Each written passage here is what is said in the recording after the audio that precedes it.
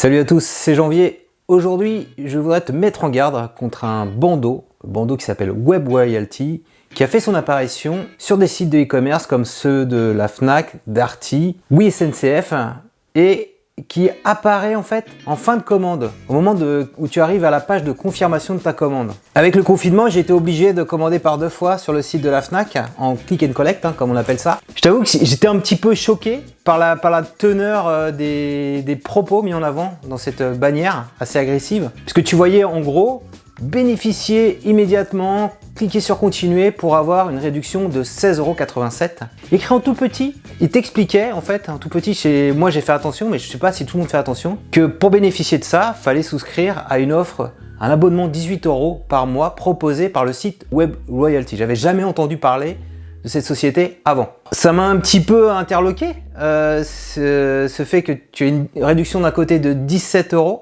et que tu payes, si je fais bien le calcul, 12 fois 18 € par mois, ça fait quoi? 216 €. Donc cherchez l'erreur, il n'y a pas besoin de faire maths CP ou maths sup pour comprendre que l'échange est totalement déséquilibré. Donc avoir ce genre de publicité sur un site e-commerce de renom comme celui de la Fnac.com en 2021, ça m'a un petit peu interloqué, comme je te disais. Je me suis dit, mais qu'est-ce que c'est que ça? Donc j'ai contacté sur Twitter à la fois Web Royalty et à la fois Fnac.com pour leur demander tout simplement, moi j'adore votre enseigne, je fais toujours des achats en click and collect sur la Fnac. Comment je fais concrètement pour pouvoir supprimer définitivement ce bandeau Web Royalty? Parce que j'en veux pas, clairement. Ça m'intéresse pas, ce genre d'offre. Alors la Fnac, après m'avoir promis de me répondre en privé, mais ils m'ont jamais répondu en fait. Et Web Royalty, eux, m'ont contacté directement en privé. Alors je ne vous tiendrai pas les propos qu'on a échangés ensemble, mais également en public. Et ils m'ont simplement dit, en gros, si je résume par rapport à ma problématique, il faut que tu cliques sur la croix de fermeture, c'est pas une offre obligatoire. Et c'est comme ça que tu peux la passer. Donc cette croix de fermeture, à chaque fois je crois bien avoir l'impression d'avoir cliqué dessus. J'ai encore refait un essai aujourd'hui, ça apparaît toujours à la fin de commande. J'ai fait un test d'une commande gratuite, d'un e-book gratuit. J'ai bien toujours le truc, même, c'est qui est un peu paradoxal, même pour un produit qui coûte 0, on me propose un remboursement de 16,87 €. Mon refus n'est pas enregistré, pas pris en compte par la Fnac, il n'y a rien à faire. Je reçois toujours des mails qui m'invitent à aller sur le site Web Royalty, toujours j'ai la pop-up en fin de commande. Et donc face un petit peu à cette incompréhension, à cette lourdeur, pourquoi ce truc reste alors que je n'en veux pas? Je me suis dit, il faut que j'aille essayer de comprendre ce qui se passe. Pourquoi en fait Web Royalty et la Fnac tiennent absolument à ce que je vois à chaque fin de commande cet écran. Alors j'ai donc effectué quelques recherches sur le web, là, voilà, j'ai quelques documents, quelques enquêtes que j'ai été consulter. J'ai une enquête de l'équivalent de la GCRF italienne ici, une enquête du Sénat américain avec des chiffres très précis sur ces pratiques-là. Et puis j'ai été consulter quelques liens sur internet, là, voilà. En consultant toutes ces enquêtes, j'ai pu me rendre compte qu'au fil des années, il y avait eu des dizaines de millions d'utilisateurs qui avaient souscrit, qui avaient été abonnés à Web Royalty. Une grosse partie ne le savait pas, qu'ils avaient été abonnés sur des sites de confiance très prestigieux. On a dans ces enquêtes des témoignages de vrais clients, validés par le Sénat américain et validés par l'autorité de concurrence italienne, où les gens disent en fait avoir été prélevés de 36 €, 72 €, 144 €, et il y a même une américaine qui témoigne en vidéo, je te mets un petit extrait, qui dit avoir été prélevée 320 $ simplement parce qu'un jour elle a eu le malheur d'acheter des tickets de cinéma sur internet, sur un site équivalent à Allociné aux États-Unis. Remember that at the end of the transaction, on the confirmation page was a coupon stating get $10 off your next purchase. So I clicked on the coupon because it seemed that it was a legitimate offer from movietickets.com and I thought they were a reputable website. Donc on voit bien le mécanisme, c'est un site de confiance, tu fais tes achats en ligne et à la fin de ta commande, on essaie de te pousser à bénéficier d'une réduction et c'est écrit en tout petit qu'il y a un abonnement, tu fais pas attention, tu souscris, t'es prélevé tous les mois et tu t'en rends compte, je sais pas, 6 mois, 1 an après, et quand tu t'en rends compte, c'est trop tard pour récupérer ton argent. I then asked her to cancel my membership and also to tell me how much money I had paid to date. She replied that I had paid $320. I was shocked. Alors, on n'a pas que Web Royalty d'ailleurs dans l'enquête. With names like Affion, Virtrue, Web Loyalty, companies that have a long, troubling history of misleading sales practices. Et aussi plein de sites d'e-commerce. Alors, c'est pas les mêmes exemples en France, c'est pas Fnac, Darty, Oui SNCF, mais on a quand même Expedia, Vistaprint que tu dois connaître, Barnes & Noble qui est un équivalent de la Fnac où on vend des livres, Pizza Hut pour en citer quelques-uns. Alors, les chiffres du Sénat de l'enquête, ils sont assez acclamants. Ils nous disent qu'en 10 ans, il y a 35 millions d'Américains qui ont souscrit en ligne à ces clubs de fidélité.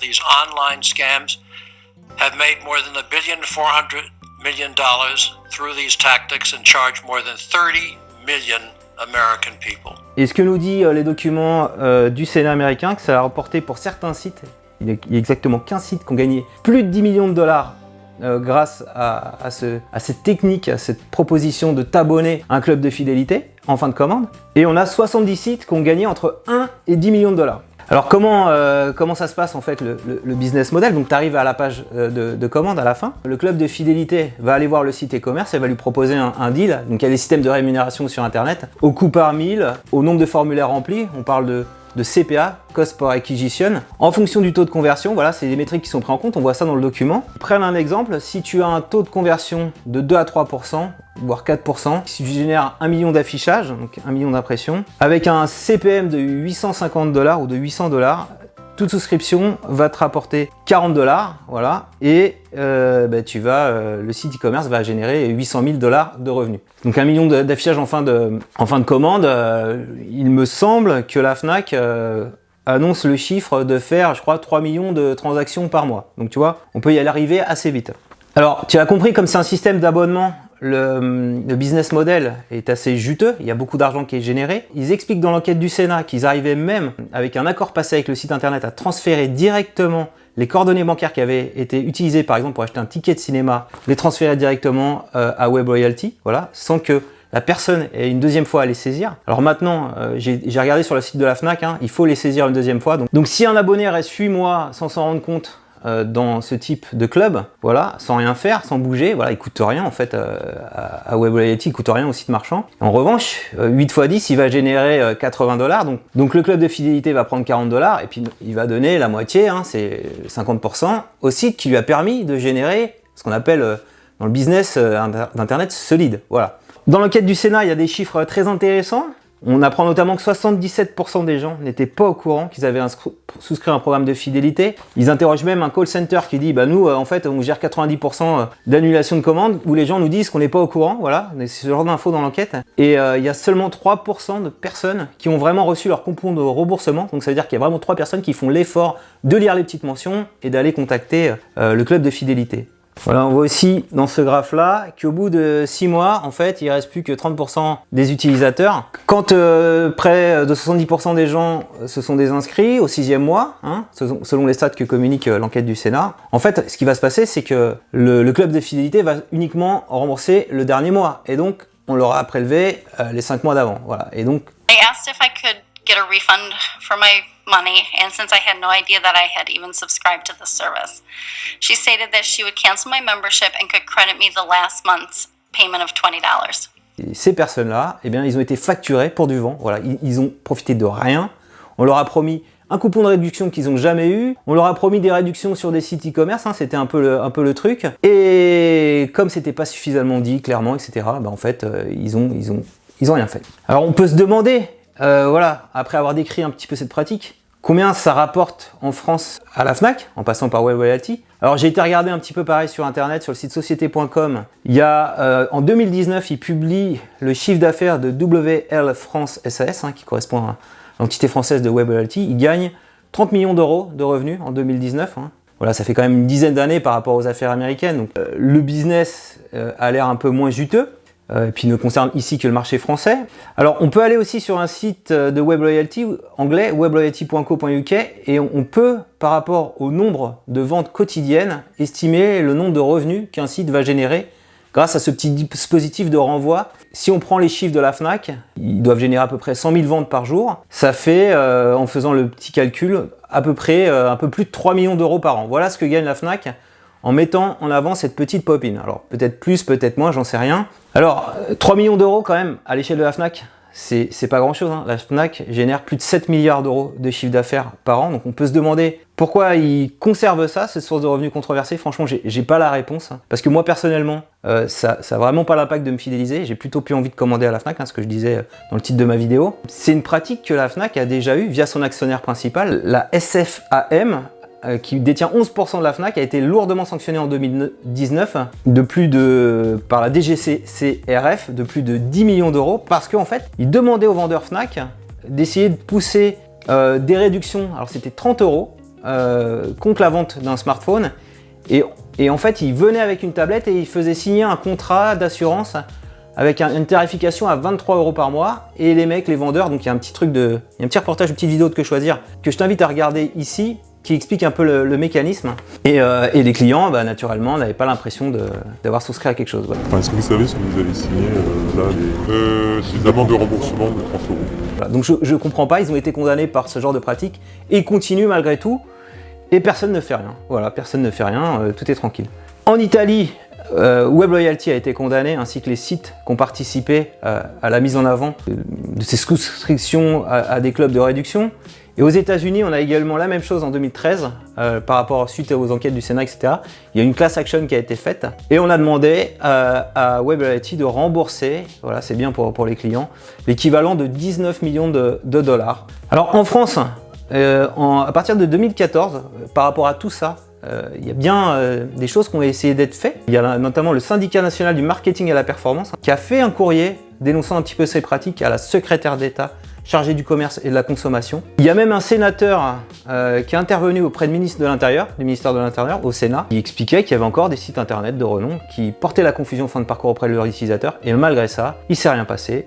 Pour être tout à fait honnête, il y a quand même eu un peu plus de dispositifs d'information depuis l'affaire américaine, depuis l'affaire italienne. Donc ce qu'on voit sur le site de la Fnac, on voit notamment cette mention 18 € par mois, donc ce qui permet à des gens comme moi qui lisent de ne pas se faire avoir, mais ça n'empêche pas des gens comme moi de se plaindre de ça, parce que c'est quand même un format très intuitif. Donc si tu tapes Web Loyalty sur Twitter, tu vas voir mes tweets, mais tu vas en voir plein d'autres, et tu vas voir des gens très connus sur internet qui ne comprennent pas, qui se disent mais nous on aime bien la Fnac, nous on aime bien Darty, nous on aime bien Voyage SNCF, on a confiance en ces boîtes, on comprend pas pourquoi ils font ça. Voilà, c'est un peu moi c'est ça ma douleur, personnellement.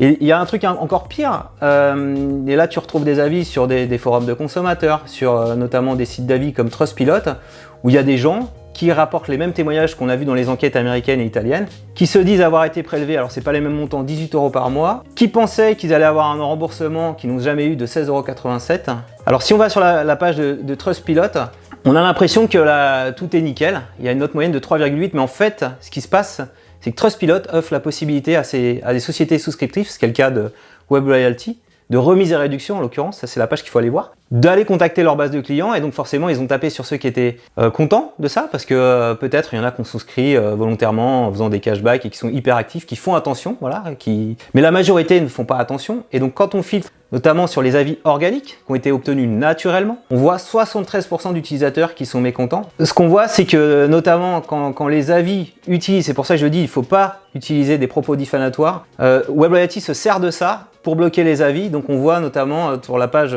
de Trustpilot, sur la partie vue transparence, là, transparence des entreprises, que je crois qu'il y a eu une quarantaine d'avis qui ont été supprimés. Et on peut voir, au-delà aussi d'aller voir ces sites d'avis sur Twitter, moi j'ai une petite extension qui s'appelle Web of Trust sur mon Chrome qui est installé, je l'ai installé par défaut. Et j'ai remarqué, quand je cliquais sur le lien de confirmation là, sur la promo Web Loyalty sur le Fnac, j'arrivais sur une page, alors j'ai plus le lien, je te le mettrai en descriptif, je crois que c'est timeofferquelquechose.com, qu'elle était notée très négativement par Web of Trust. Il disait que c'était un site suspect, voilà, c'est pas moi qui le dis encore une fois, c'est la communauté sur internet, avec une note moyenne de 1,8 sur 5. Il y a plus de 130 avis négatifs, je te laisse les dérouler, allez voir, voilà, ça reprend exactement la même rhétorique que je t'ai exposée, c'est-à-dire que des gens ne comprennent pas qu'on leur demande une CB pour une promotion gratuite. Voilà, c'est ça le truc. C'est tout ce que je voulais dire sur ce bandeau Web Loyalty. J'espère que cette vidéo t'aura plu et te fera faire plus attention quand tu vas sur des sites e-commerce qui ont intégré ce bandeau en fin de commande. Si cette vidéo t'a plu, je compte sur toi pour mettre un petit pouce levé.